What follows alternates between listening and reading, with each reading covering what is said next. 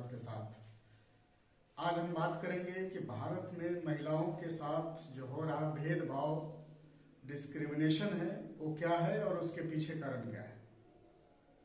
19वीं शताब्दी में भारतीय समाज में महिलाएं भेदभाव का शिकार तो थी, लेकिन उस समय भारत एक कॉलोनियल रूल के अंदर था।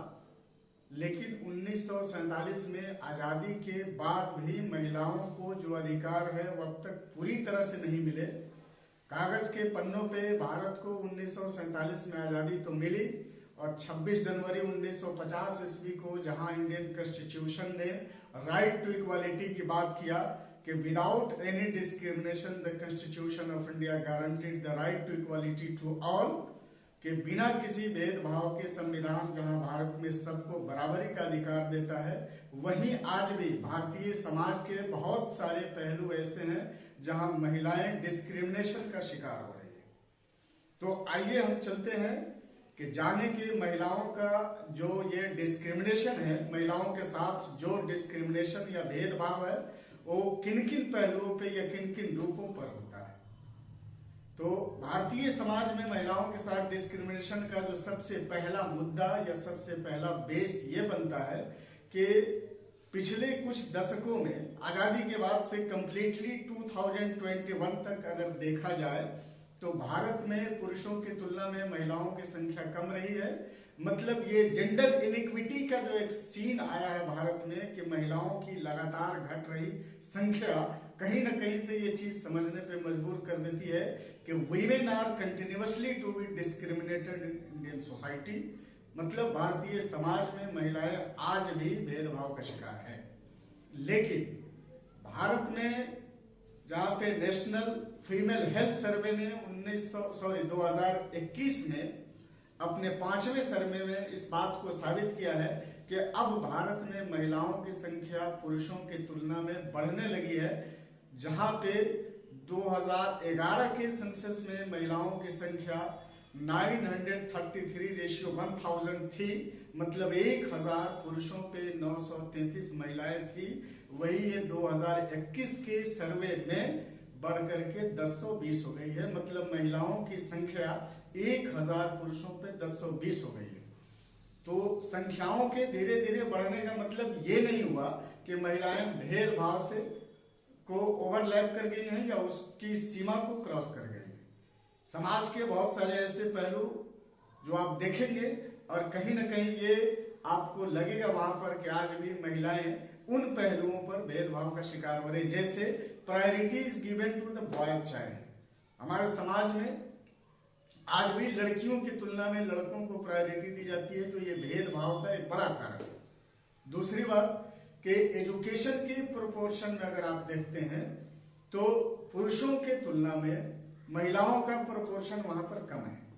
पॉलिटिक्स में भी अगर आप देखते हैं तो ये अलग बात है कि 33% रिजर्वेशन इलेक्टोरल बॉडीज में वीमेन को है, लेकिन आपको लगता है क्या कि महिलाओं ने ये 33% सीटें पॉलिटिक्स में रिजर्व कर ली है? नहीं रिजर्व की है। तो पता ये चला कि यहाँ पर भी महिलाएं कहीं ना कहीं भेदभाव का शिकार है कि उनको राइट टू इक्वालिटी मतलब पॉलिटिक्स में पार्टिसिपेट करने का 33% मौका मिलने के बावजूद भी उनकी संख्या पॉलिटिक्स में 33% नहीं हो पाई। इसका मतलब कहीं ना कहीं पॉलिटिकल लेवल पे आज भी समाज में महिलाएं कमजोर है। तो एजुकेशनली तो कमजोर है ही, पॉलिटिकली भी कमजोर है। अब आप बात करेंगे इकोनॉमिकली तो आज भी जो हाईली पेड जॉब सेक्टर है भारत के, उसमें महिलाओं का जो प्रोपोर्शन है, परसेंटेज है, वो पुरुषों की तुलना में कम है। तो ये भी कहीं ना कहीं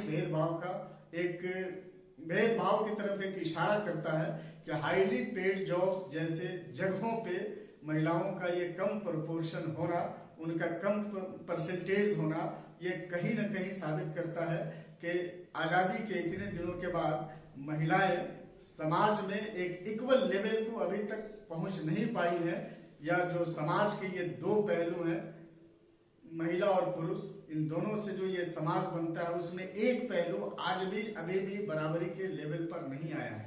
तो महिलाओं के साथ जो भेदभाव या ये जेंडर डिस्क्रिमिनेशन का ये कॉन्सेप्ट है इंडियन सोसाइटी में, ये पिछले कई सौ सालों से है। 19वीं सेंचुरी में भी महिलाएं इन चीजों का शिकार थी और आजादी के बाद भी कहीं न कहीं महिलाएं इन चीजों का शिकार होती हुई दिखती हैं। तो फिर मुझे नहीं लगता है कि भारत असली मानों में अभी भी आजादी के उस लक्ष्य को प्राप्त किया है जिसके सपने कहीं न कहीं महात्मा गांधी और जवाहरलाल नेहरू जैसे लोगों ने देखे थे कि स्वतंत्र भारत, संपूर्ण भारत और एक संतुलित भारत। तो जहां पे लोगों ने ऐसे सपने देखे कि आजादी के बाद हमारा भारत एक संतुलित होगा, एक संतुलित समाज होगा, एक बैलेंस सिविलाइज सोसाइटी बनेगी, लेकिन कहीं न कहीं ये भेदभाव महिलाओं के साथ इस बात को साबित करता है कि लोगों ने आजादी के जिस सपने को लेकर भारत को आजाद कराने की एक बड़ी कोशिश की, देश को आजादी तो मिली, लेकिन अभी भी जो रियल मीनिंग है इंडिपेंडेंस का या फ्रीडम का, वो प्रैक्टिकल लेवल पर कहीं ना कहीं ऐसा लगता है कि हम आज भी उसको इनहेंस नहीं कर पाए हैं।